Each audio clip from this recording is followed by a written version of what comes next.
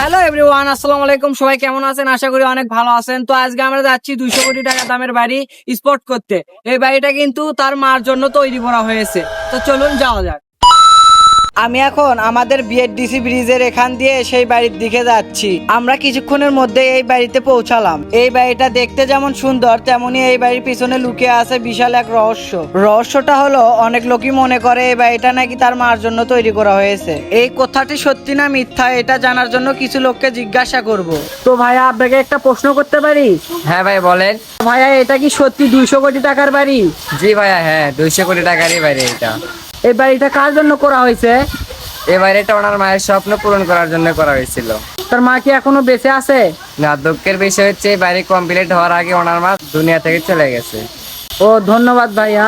আমরা কিছু লোকের কাছ থেকে এই বাড়ি সম্পর্কে জানার চেষ্টা করলাম। এখন আমরা এই বাড়ির ভেতরে প্রবেশ করার পরে দেখলাম যে সত্যি এই বাড়িটা তার মার জন্য তৈরি করা হয়েছে। আপনাদের কি মনে হয়, এই বাড়িটা কি সত্যি 200 কোটি টাকার এবং এই বাড়িটা কি তার মার জন্য তৈরি করা হয়েছে? অবশ্যই কিন্তু কমেন্টে বলে যাবেন। আরেকটি কথা বলতে ভুলেই গেছি, এই বাড়িটা কিন্তু বগুড়া জেলার নাংলু গ্রামের মাঝখানে।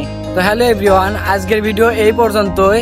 সবাই এইরকম নতুন ব্লগ পেতে পেজটাকে ফলো করতে ভুলবেন না কিন্তু।